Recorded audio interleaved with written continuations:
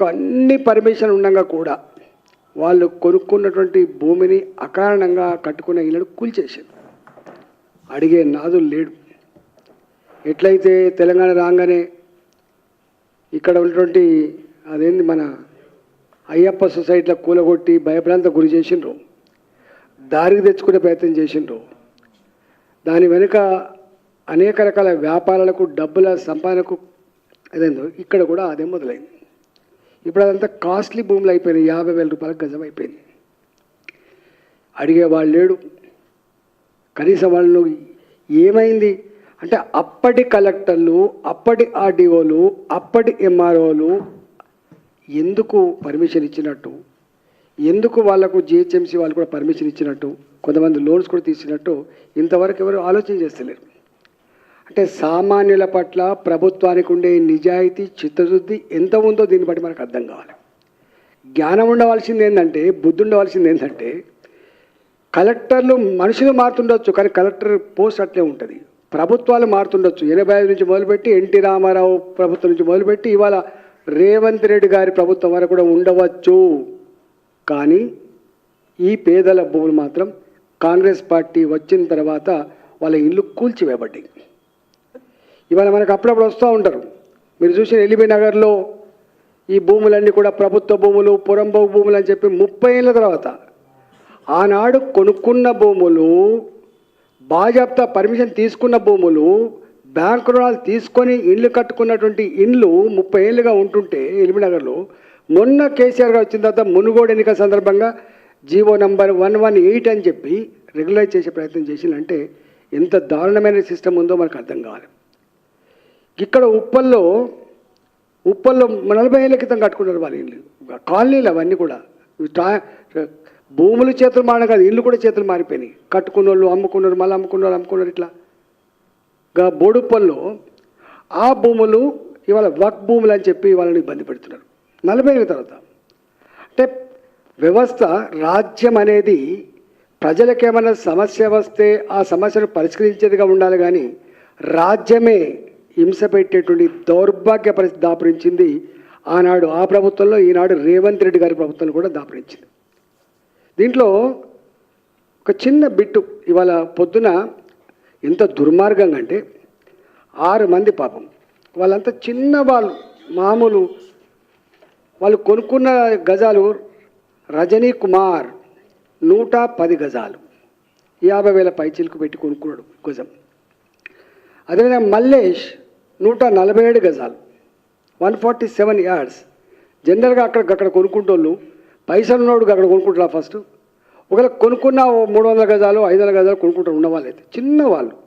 వీళ్ళంతా కూడా కింద ఫ్లోరింగ్ వేసేటోళ్ళు, లేదా ప్లంబింగ్ పని చేసేవాళ్ళు, లేదా సెంటరింగ్ పని చేసేవాళ్ళు, లేదా ప్రైవేటు కంపెనీలో పనిచేసేవాళ్ళు తప్ప ఇంకోటి కాదు. రజనీ కుమార్ 110 గజాలు బేకరీ నడుపుకుంటాడు.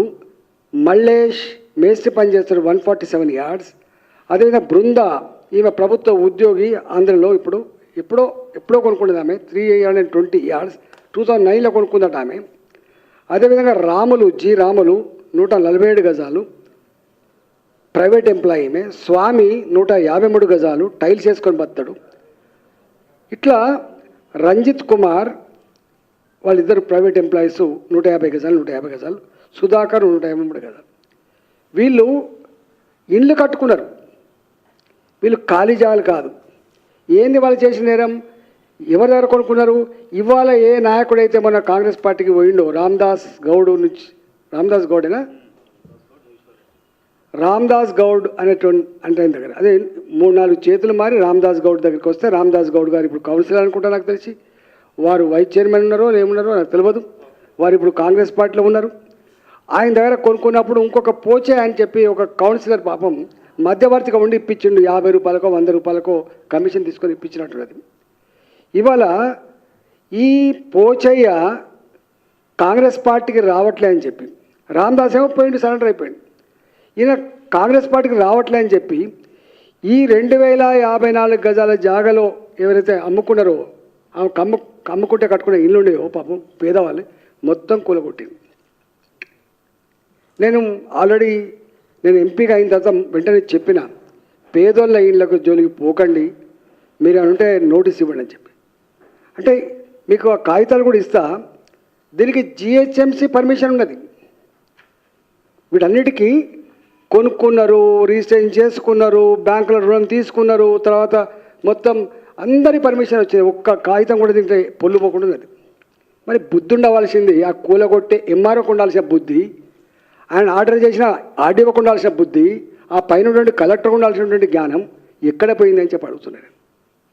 నీకు నీ పాత కలెక్టరే కదా, నీవే పొజిషన్కి అయితే వచ్చినావో, నీ ఆఫీస్ ఎవరైతే నువ్వు నడుపుకుంటున్నావో దాంట్లో ఉన్న ఇంకో కలెక్టర్ ఉన్నాడు కదా.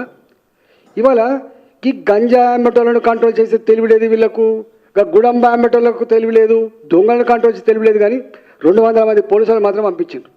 అంటే ఒక పాకిస్తాన్ భారతదేశ బార్డర్ల మధ్య ఇంట్లో మోరించారో ప్రజాప్రతినిధులందరూ భయభ్రాంతకు గురి చేసి, ప్రజలందరూ కూడా పోకుండా చేసి, ఏ ఇంటి యజమాని అయితే నేను ఇంట్లో ఉన్నాం మేము మా ఇల్లు కూలిపోతాం మేము చచ్చిపోతామంటే కూడా, కారు తీస్తాం ఉండమంటే కూడా తీయకుండా సావాలనే మీరు అంటాడట.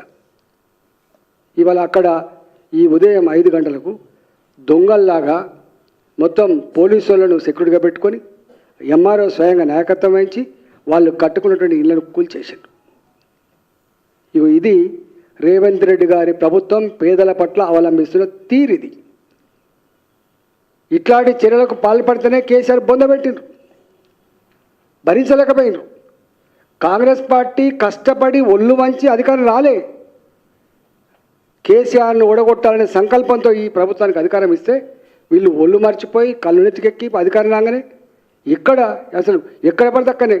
దీని వెనుక పెద్ద కుట్ర ఏంటంటే, ఇది వాళ్ళకి తెలుసు, అక్కడ లోకల్గా ఉన్నటువంటి నాయకులకు వీళ్ళని కదిలిస్తే వీళ్ళు భయపడతారు. ఇప్పుడు అయ్యప్ప సొసైటీలో కదిలిచ్చి ఏం జరిగిందో ఇక్కడ కూడా 350 ఎకరాలు కాబట్టి, ఆల్రెడీ ఏర్పడ్డ కాలనీలు కాబట్టి, పేదోళ్ళు కాబట్టి, నోరులేనులు కాబట్టి వీళ్ళను భయభ్రాంతలకు గురి చేస్తే వీళ్ళకు డబ్బులు ఇండైరెక్ట్గా వస్తాయనేటువంటి ఆశతో ఈ పని చేసిండ్రు. నేను అడుగుతున్నా, ఇవాళ మున్సిపల్ అడ్మినిస్ట్రేషన్ కూడా ఇవాళ వారి కిందనే ఉంది. నేను నిన్న కలెక్టర్ ఫోన్ చేసిన, అయ్యా కలెక్టర్ గారు ఏమైనా ఉంటే నేను వస్తా మాట్లాడతా అంటే ఫోన్ ఎత్తాడు. డిప్యూటీ సీఎం గారు ఫోన్ చేసిన ఫోన్ ఎత్తాడు. జిల్లా ఇన్ఛార్జి మంత్రి గారు శ్రీధర్ భగవాన్ ఫోన్ చేసిన ఫోన్ ఎత్తారు. రెవెన్యూ మంత్రి గారికి ఫోన్ చేసిన చివరికి ఎత్తిండు, అయ్యో నాకు తెలియదు అంటాడు. మరి తెలియకుండానే, అంటే మంత్రులకు రెవెన్యూ మంత్రికి తెలియకుండానే 200 మంది పోలీసులు ఎట్లా పోయినట్టు, ఎట్లా కూలగొట్టినట్టు, గింత సోయి లేకుండా ఎట్లా నడుస్తున్నటువంటి భావన ఇవాళ వ్యక్తం చేస్తున్నాం. అంటే మీకు అధికారం కట్టబెట్టింది తెలంగాణ ప్రజలు ఆలోచించాలి. చాలామంది మేధావులు, ఉద్యమకారులు అన్యాయం జరిగింది అని చెప్పి ఇవాళ వీళ్ళకి సపోర్ట్ చేస్తే వీళ్ళు చేసే వాళ్ళకేమైందో తెలంగాణ ప్రజలు ఆలోచించుకోమని చెప్పి కోరుతున్నాను. నేను అక్కడ ఎంపీని, పిరిజాదిగూడలో నా ఎంపీ పరిధి కింద వస్తుంది. 24 ఏళ్ళుగా మేము ఇట్లాంటి దౌర్భాగ్య పరిస్థితి ఎప్పుడు చూడలే, ఇంత నీతిమాలిన పరిస్థితి ఎప్పుడు చూడలే. ఇవాళ దీని మీద ఈ ప్రభుత్వం నాట్ ఓన్లీ దిస్, నేను ఇంతకుముందు చెప్పినటువంటి ఉప్పల్ సంబంధించినటువంటి భూములు 30 ఏళ్ళుగా 40 ఏళ్ళు కట్టుకున్న భూములకు ఇలా వక్ భూములనే చెప్తే వేధిస్తున్నారో, 118 జీవో ఆల్రెడీ కేసీఆర్ ఇచ్చిన తర్వాత కూడా దాన్ని అమలు చేయకుండా, అది అసలు కొండ 4 మందితో ఉన్న 4 వినట్టుగా కొనుక్కున్న భూములకు నేను పుక్కడికి ఇచ్చిన భూములు లెక్కించిండు 118 జీవో. ఇలా సాయి ప్రియ కూడా 118 జీవో అప్లై అవుతుందని చెప్పించిండు అన్నాడు కేసీఆర్ గారి ప్రభుత్వం. ఇట్లాంటి వాటి మీద సమగ్రమైన విచారణ జరిపించాలి. మీరు ఏం మాట్లాడుతున్నారు, మాట మాట్లాడితే మీ ధర్మం న్యాయం, ఏం న్యాయం ఇది? పేదల మీద దండయాత్ర చేయడమే నీ న్యాయమా? పేదల ఇల్లు కూల్చడమే నీ ప్రభుత్వ కర్తవ్యమా? నీకు అధికారం కిందికే కట్టబెట్టిందా?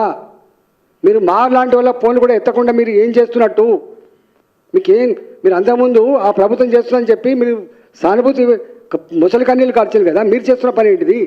అంత బిజీ అయిపోయింది. మీరు 10 ఏళ్ళ అధికారం లేదు, ఇక అందుకున్న కాడికి దండుకోవాలంటుంటే ఆలోచన తప్ప మీకు నిజంగా ప్రజల పట్ల, ప్రజల సమస్యల పట్ల మీకు ఏమాత్రం చిత్తశుద్ధి లేడానికి నిదర్శనం. ఇది ఆరంభం మాత్రమే. తప్పకుండా భారతీయ జనతా పార్టీగా ప్రభుత్వం చేస్తున్న దుర్మార్గాలని, దౌర్జన్యాలని, నీచమైన పనుల్ని చూస్తూ ఊరుకోవడానికి సిద్ధంగా లేము. నువ్వు అనుకుంటావు ఇవాళ జైల్లో పెడతావు కావచ్చు, కేసులు పెడతావు కావచ్చు, కేసులో పెట్టినోడు, జైల్లో పెట్టినోడు, భయపెట్టించినోడు ఏమైపోయిందో తెలిసిన తర్వాత కూడా మళ్ళీ గదే పని మీరు చేస్తున్నారు. ఇవాళ నేను అడుగుతున్న అధికారులను కూడా, ఇలా నువ్వు పొమ్మనగా పోతూనే ఉంటావు, నువ్వు ఏం ఎంఆర్ఓవు, నువ్వు ఏం ఆర్డీఓవు, నువ్వు ఏం కలెక్టర్, నువ్వు ఏం సిపిలు, మీరు ఎవరి మీద దౌర్జన్యం చేస్తున్నారు? మీరు చట్టం లేదా, సిస్టమ్ లేదా, పద్ధతి లేదా మీకు?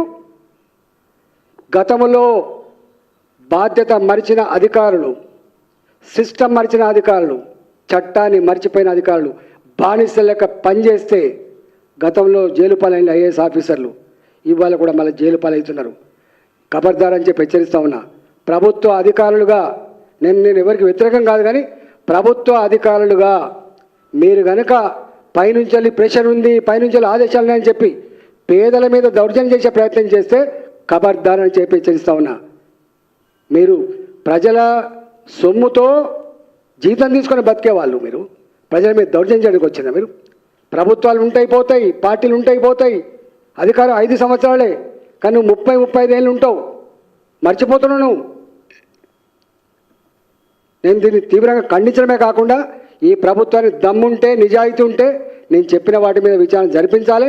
ఆ పేదలకు కూలగొట్టబడ్డటువంటి ఆ ఇళ్లకు కంపెన్సేషన్ కట్టియాలి, వాళ్ళకు సారీ చెప్పాలి. ఎవడు పర్మిషన్ ఇచ్చిండో, నువ్వు నిజంగా నీకు దమ్ముంటే అప్పటి కలెక్టర్ని ఫస్ట్ కేసు పెట్టు, పర్మిషన్ ఇచ్చిన జిహెచ్ఎంసీ అధికారుల మీద కేసు పెట్టు, నీ ఎంఆర్ఓ మీద కేసు పెట్టు. అమాయకుల మీద కేసులు పెడతావా? అమాయకులు భయపెట్టిస్తావా?